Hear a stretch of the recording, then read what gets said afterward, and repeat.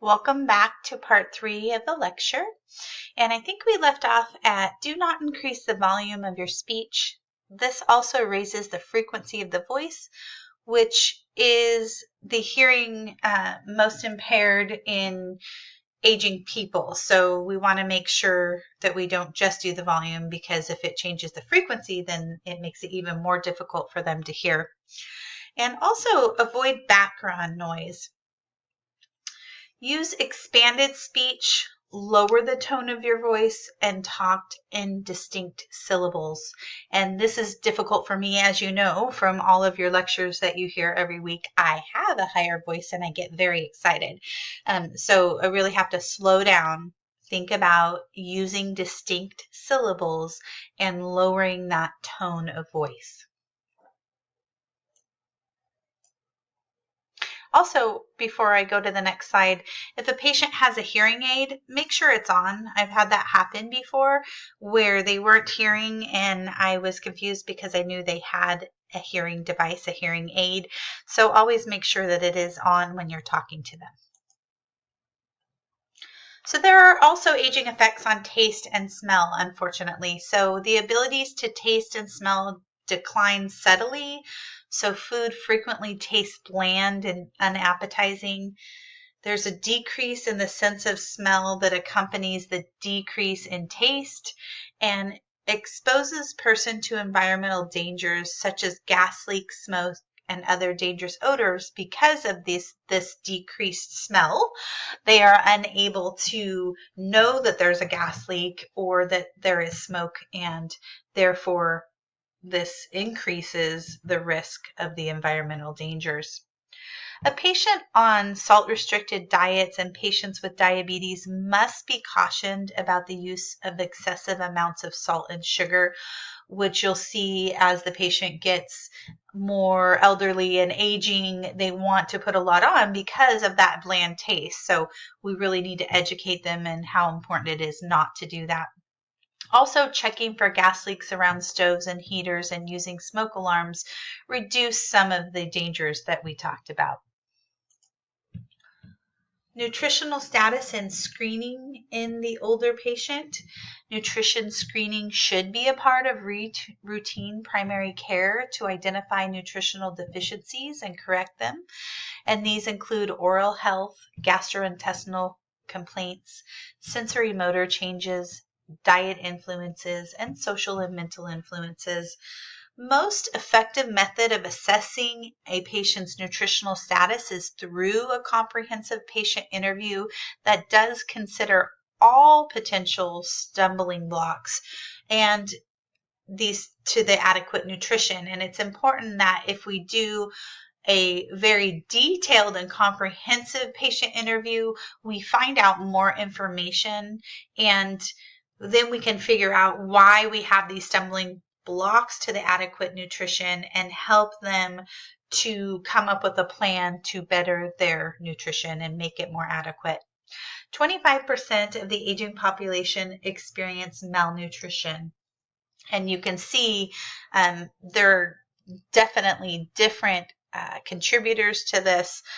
And we want to make sure that we are educating our patients and helping them and giving them support and also community resources if needed. The aging effects on urinary system. So the kidney loses about 20% of its mass, and the number of functional nephron units decrease. Blood flow to the kidney is also reduced. There's less efficient the kidneys are less efficient at filtering waste from the blood, more diluted and less concentrated urine. Also, medication takes longer to be removed from the body, and this is something I think we've looked at also in pharmacology, our special populations as older adults. So older adults are at increased risk for toxic levels of medication in the bloodstream because of this reduced filtration rate. There's also thickening of the bladder walls, which reduces the bladder's ability to expand. There's increased frequency of urination and urinary retention, reduced time between awareness of their need to void and involuntary urination as well, loss of muscle tone in the urethra, pelvic floor muscles in an aging woman begin to relax as a result of decreased estrogen levels or previous pregnancy and childbirth. So the changes in the urinary system make older people more vulnerable to incontinence, but factors such as infection, confusion, and difficulty with mobility and side effects of medication contribute to the development of this problem. To avoid the risk of embarrassing accidents, people with this problem may avoid social occasions or activities that they typically enjoy. So we want to make sure that we get to the bottom of this and help them find solutions, because if they're missing these social occasions and activities that they enjoy, their life is less meaningful, and therefore sometimes we see that isolation and depression. So let's look at the reproductive system in aging adults. The females, so the vagina diminishes in width and length and becomes less elastic. The cervix, uterus, and ovaries decrease in size. Vaginal secretion decline, and bacterial or yeast infections may occur more commonly. Estrogen cream is applied to vaginal tissue. It may be prescribed by the physician to help with the dryness and thinning of the vaginal tissue if it becomes uncomfortable for the aging female.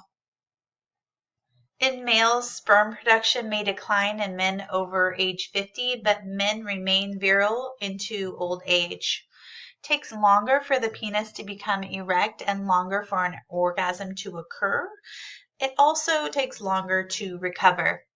There is a change in hormonal levels of testosterone, and changes can affect the prostate gland. Prostate enlarges over time and presses down on the urethra, and this causes difficulty with urination. In both sexes, some drugs and illnesses can interfere with their sexual function in aging adults, and it's important for healthcare providers to dismiss the myth that older patients have lost their desire for an interest in sexual intercourse. Sleep disorders. There are some complaints of sleeping difficulties that increase with age. Lack of sleep can result in restlessness, disorientation, what we call thick speech, and mispronounced words. And it can be confused with dementia sometimes if we have a heavy lack of sleep and they start to have some of those symptoms of dementia. So it's important to realize that it could be a sleep issue. Many disorders can contribute to this problem. Common sleep problems in older adults include there's periodic limb movement disorder, PLMD, where you're constantly kind of tossing and turning and moving in the limbs, and jerking of your legs occurs during sleep.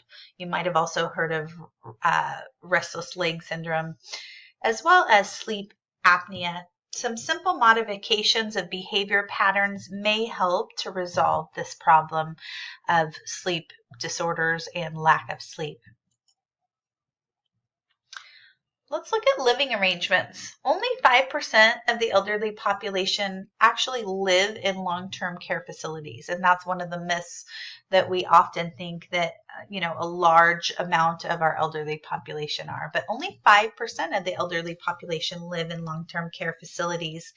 People prefer to age in their own home as long as they possibly can, and there are many resources available to help seniors to maintain independence.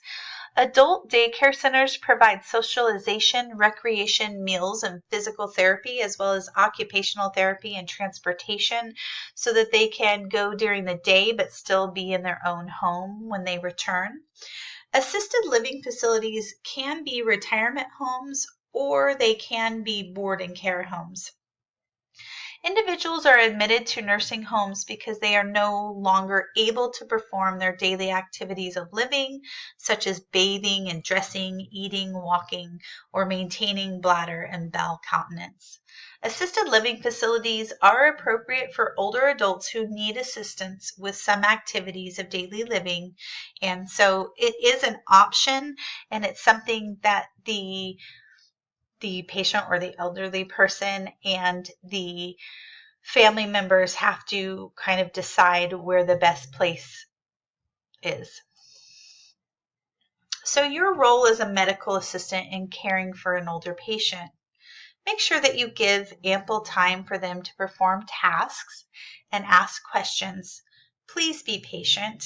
Patience is so important when working with an older patient. Provide adequate lighting. Provide forms in large print. Make sure that you communicate effectively and help them maintain their dignity and independence. Make sure to speak directly to the patient rather than the family members, and make sure to listen carefully. Older people may take a little longer to process information, but they are capable of understanding in most cases. Effective communication skills with aging patients. Address the patient by Mr., Mrs., or Miss, unless the patient has given you permission to use his or her first name. Introduce yourself and explain the purpose and procedure before performing the procedure. Face the aging person and softly touch the individual to get his or her attention before beginning to speak. Use expanded speech, gestures, demonstrations, or written instructions in large block print. You can also look at suggestions for effective communication with aging patient box in your textbook to help you with some additional ideas. When you are educating the patient, keep sensory motor changes that accompany aging in mind. Make sure that you communicate respectfully, show sensitivity and patience to improve patient compliance. We really want them to feel understood so that they can comply with our education. Make sure that you repeat the information. Go at a pace that's slow enough to be processed fully, and give them handouts with large print. And if possible, involve the family members for the continuing care that happens after the patient goes home. Again, make sure to address the patient and then the family member. The current aging population generally is respectful towards authority. Therefore, if the medical assistant cannot gain the patient's cooperation, the physician may be able to provide authoritative reinforcement of material. Legal and ethical issues. Like with anything, consent must be given by the individual undergoing the procedure as long as he or she is judged to be competent. Advanced directives are legal documents providing written instructions for the type of care a person wants in the event of incapacitation. And person will be designated. There will be a person designated with a durable power of attorney to make these decisions. And keep in a medical file. So you want to let them know to keep in a medical file with the specifics so that it's easily accessible and that the person that is going to be making these decisions knows where that file is and how to get it quickly. The patient must give permission for medical care and has the right to refuse treatment. You can look at figure 24.4 for an example of advanced directives. It's important to be aware of elder abuse. So mistreatment of aging people occurs at all social, racial, and economic levels. The abuse may be physical, mental, sexual, material, or financial, and it may involve neglect or failure to provide adequate care, or it may involve self-neglect when aging people are unable to refuse to care for themselves, or if they're unable to, or they refuse to care for themselves.